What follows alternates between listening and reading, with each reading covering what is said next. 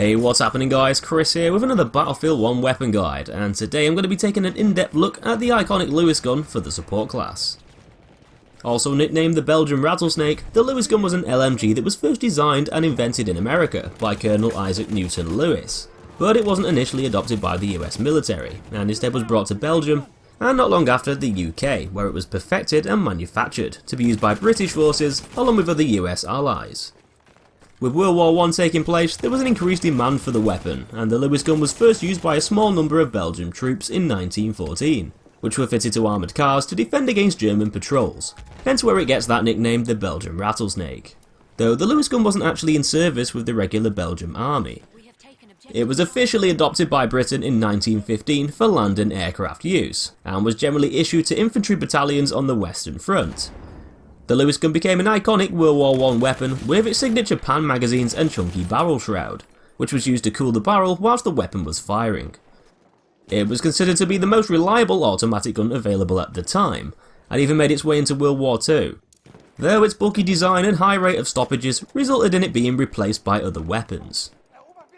To anyone who played Battlefield Hardline's Betrayal DLC, you might recognise the Lewis gun already, as it featured as a special DLC weapon called the Syndicate gun. Probably a bit of a heads up and a sneaky hint towards the next Battlefield game. And with it being a popular World War I weapon, there's no surprise that it made its way into Battlefield 1. Being a light machine gun, the weapon falls into the support category, and it's got three variations: the Lewis gun low weight, which can be used from the start, and the optical and suppressive variants. But anyway, swiftly moving on to those stats, the Lewis gun's damage model is actually one of the weakest compared to the other LMGs, with a maximum damage of 21 up to 20 meters and a minimum damage of 15 past 35 meters, meaning it's got the lowest minimum damage of the lot, and a fairly average maximum damage too, though its general range is better than most of the others, with that damage drop off beginning and ending slightly further than the other support weapons, allowing you to kill most of your enemies within 5 to 7 bullets depending on range. Its rate of fire is on the slow but steady side, clocking in at 480 RPM, which isn't the worst, but there are quite a few other machine guns that will fire a lot faster, like the Bar M1918 and the Madsen MG. And when coming up against an enemy wielding one of these, they're going to have that speed advantage on their side. The one thing that the Lewis gun has that's better than quite a lot of the other faster firing LMGs is a steadier, more controllable recoil pattern, with an upwards kick of 0.25 and a horizontal drift of 0.18. Along with having a slightly lower first shot multiplier of 1.6 and generally a smaller amount of spread. Because of its damage model and fire rate, the Lewis gun performs a bit better at medium distances, as you'll likely get outgunned by faster firing guns up close and get taken out by stronger weapons further away. Though with it being more accurate than a lot of the other support weapons, this might mean that you can land more bullets onto your target successfully. Just like the other support machine guns, the weapon's going to increase with accuracy with prolonged fire over time. So it's better to continue firing at your opponent instead of tapping the trigger or bursting shots. And because that recoil pattern isn't too drastic, it shouldn't be too hard to control the Lewis gun as you fire away, with that vertical kick being quite low, thus making the gun fairly stable. Each of those pan magazines slapped on top of the gun contains 47 rounds that you'll be able to unload onto your victims, which is a nice amount as it's more than most of the other LMGs and should allow you to get through some gunfights without the need to reload. And because the gun fires at a steady rate, you probably won't be wasting quite as many bullets either. Though the weapon's muzzle velocity is quite slow, and those rounds are only going to fly through the air at a speed of 740 meters per second. Not quite as quick as the majority of the other support weapons. And although it's relatively easy to control, this might make targets further away a bit harder to hit, as you might have to lead your enemy's movements more so than you would with the other guns. But anyway, with the general stats out of the way, it's time to check out those variants and go over what they all do differently to each other. As for the weapon that you'll get from the start, the Lewis gun low weight, this variant is basically the standard version without any attachments. What it does that the others don't is let you recover 67% quicker from recoil, resetting to the gun's initial firing point a lot faster and making it more suitable for bursting shots.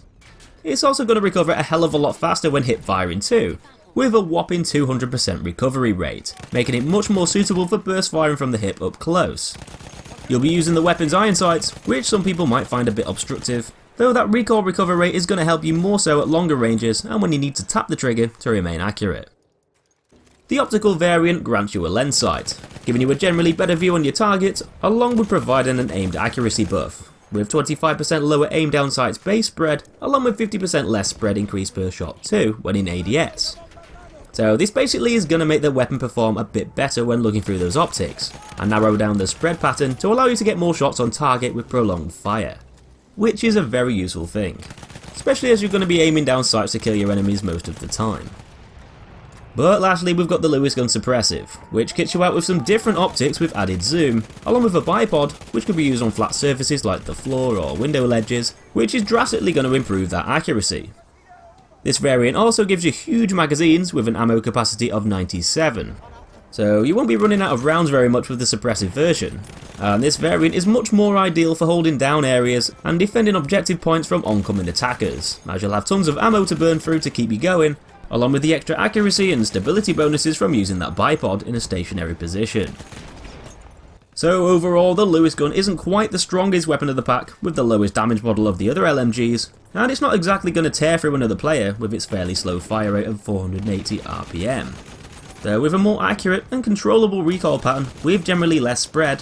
this might allow you to stay on target better and get you those kills. With a further damage drop off than most of the other support weapons might give you a slight range advantage, though with it having the weakest minimum damage and lowest bullet velocity will probably make it less suitable at those longer ranges.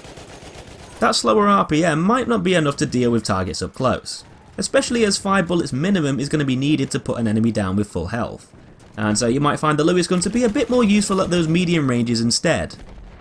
You shouldn't be running out of ammo too often in gunfights, though it's usually best to use the Lewis gun with a passive aggressive mindset, without being too gung-ho. But anyway, that's pretty much it for this one, guys. Hit that like button if you enjoyed the video and want to see more, and subscribe for plenty of fresh content coming soon. Thanks for watching, and I'll see you in the next one.